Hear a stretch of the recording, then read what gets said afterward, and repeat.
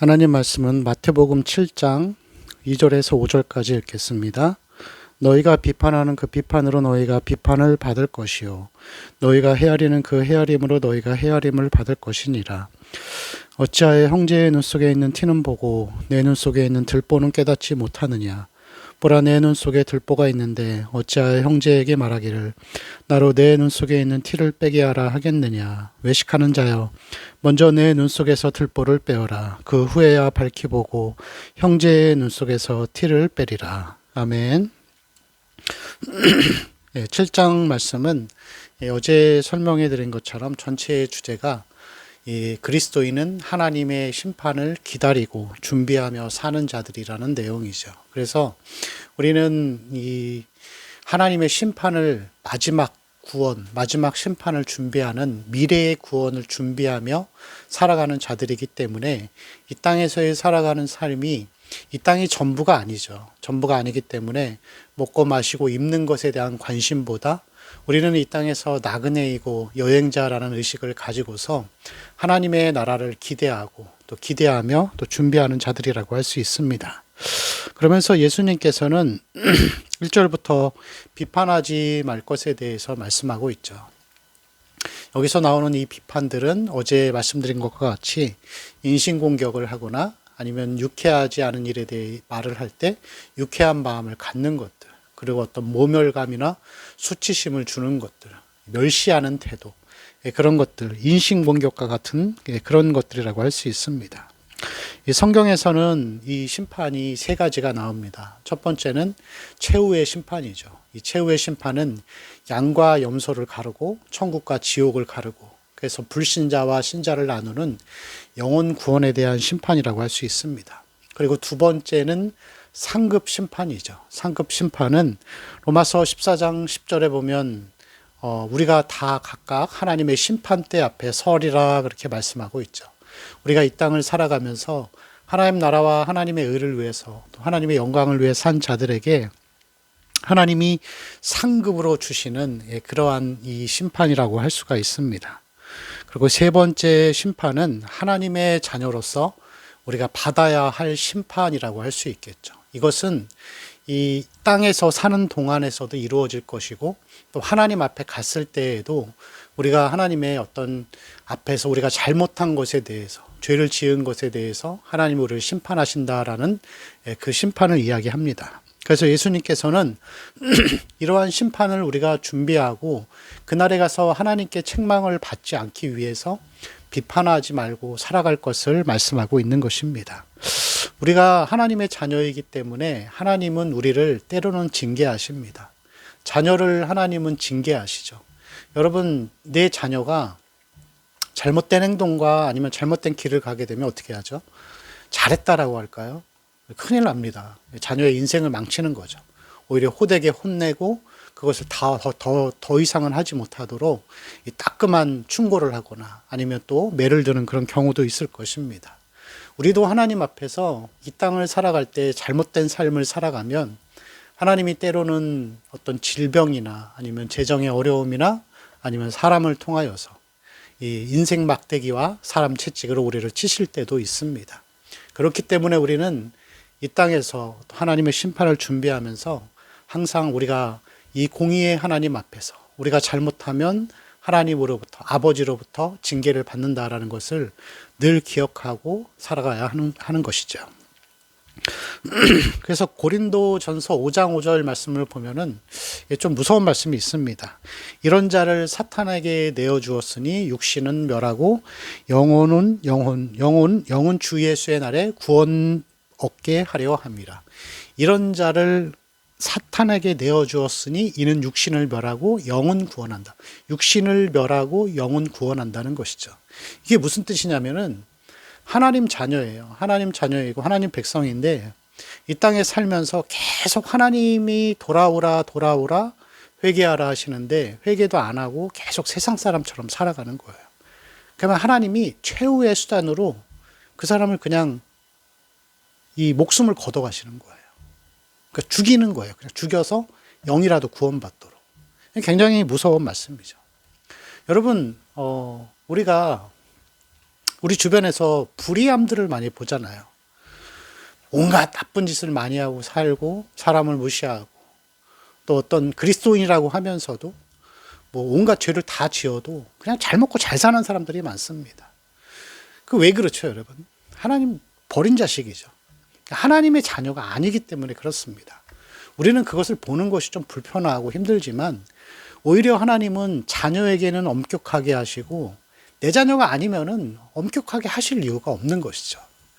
그래서 여러분, 우리는 항상 하나님 앞에서 더 높은 기준을 가지고 살아가야 하는 것입니다.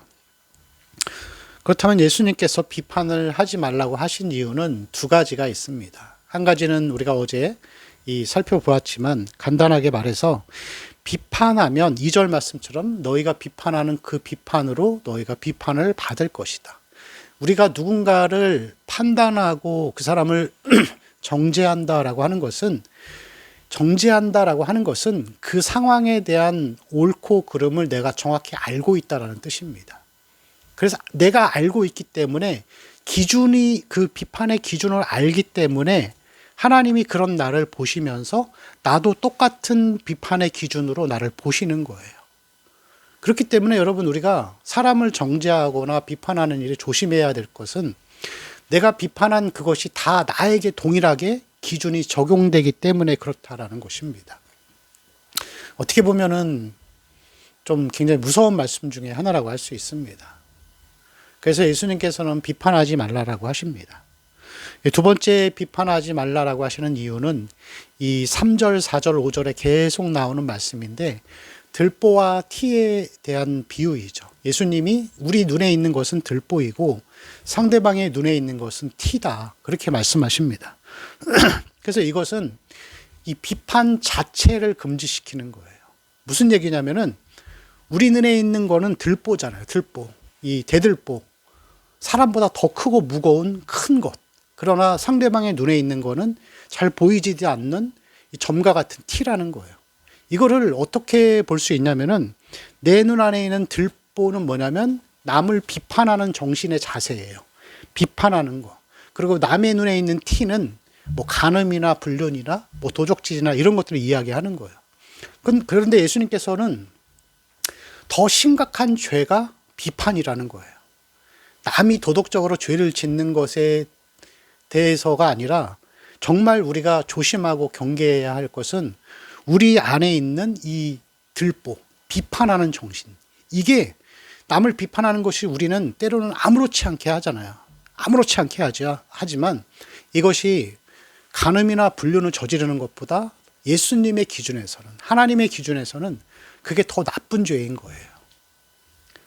그래서 여러분, 예수님이 불륜을 저지르고 간음을 저지른 여인은 비판하지 않으셨어요. 그러나 그러한 사람들을 멸시하고 또 그런 사람들을 하찮게 여기는 바리새인들을 향하여서는 아주 독설을 퍼부으셨죠.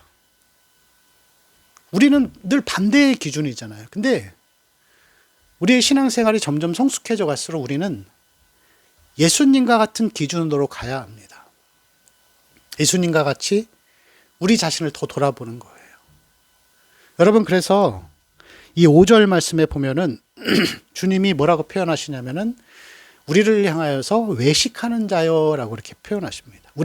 우리가 하나님의 자녀이지만 이 살아가는 삶의 모습을 보면 남을 비판하고 하는 것들이 외식하는 자. 우리는 위선자라고 말씀하시는 거예요.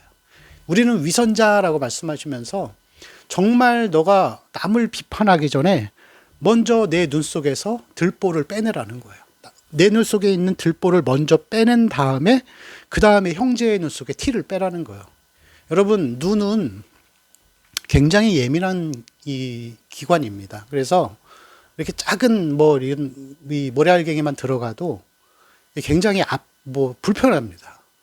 그래서 제가 자전거 타는 걸 되게 좋아하는데 이 한강에서 하루는 이 바람이 많이 불던 날에 자전거를 막 타고 가는데 눈에 뭐가 이렇게 들어간 거예요. 근데 단순한 티 같지는 않고 이게 너무 아프더라고요. 그래서 계속 비볐어요. 비볐는데 나중에는 도저히 눈을 뜰 수가 없어가지고 급하게 화장실을 가서 봤더니 눈에서 살짝 피가 났더라고요. 쓸려가지고.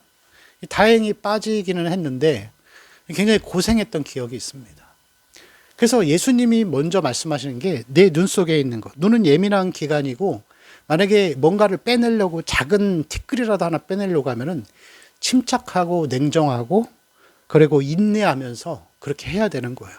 이게 뭐냐면 뭘 얘기하는 거냐면은 예수님께서는 항상 같은 이야기를 하세요. 마태복음 5장부터 시작해서 항상 신앙의 출발점은 우리 자신을 냉철하게 바라보고 나 자신을 살펴보고 성찰하고 나 자신에게 있는 죄악을 깊이 인식하고 거기에서 회개하는 것으로부터 출발하는 거예요.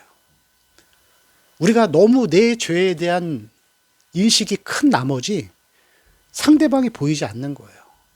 그래서 이 눈을 다루듯이 우리가 침착하고 냉정하게 계속해서 내 자신을 성찰하고 다그치고 반성하고 회개하다가 보면은 그 가운데에서 이 죄를 짓고 있는 형제를 봤을 때 정죄보다는 불쌍히 여기는 마음이 든다는 거예요. 그래서 여러분 신앙생활은 항상 나를 성찰하는 것으로부터 시작됩니다. 여러분 교회나 성도가 율법주의에 빠지기 시작하면은 모든 문제의 원인들을 남에게서 찾아요. 밖에서 찾아요. 그래서 교회도 그렇죠. 항상 이 사회가 어지럽고 위험한 문제들을 동성애나 아니면 이런 것들에서 많이 찾아요. 동성애 반대 운동도 많이 하고. 근데 하지 말라는 게 아니에요. 맞죠. 해야죠. 교회가 해야 되는데 그렇게 문제의 원인을 외부에서 찾기 전에 교회가 먼저 자기를 돌아보고 성도 자신을 돌아보고 뭐가 죄인지를 깨닫는 것이 먼저라는 거예요. 그게 선행되어야만이 사회에서도 영향력을 가질 수 있는 것입니다. 그래서 우리는 늘 마음속에 내 눈 속에 있는 들보를 먼저 보시기 바랍니다. 우리는 죄의 기준도 너무 이렇게 잘못 왜곡되어 있습니다. 하나님의 기준에서 봤을 때 뭘 가장 심각하게 보시는지 우리도 그걸 늘 생각해야 합니다. 그리고 하나님께서 회개의 영을 우리 마음속에 부어주셔서 우리가 우리 자신을 보고 양심의 찔림을 받고 우리 자신에 있는 눈 속에 있는 영혼의 눈 속에 있는 것들을 먼저 하나님 앞에 내어놓고 회개하는 삶을 통하여서 우리가 늘 하나님의 정죄 앞이 아니라 하나님의 칭찬 앞에 놓여진 삶을 살아가는 우리 성도들의 삶이 되시기를 축원합니다. 기도하겠습니다.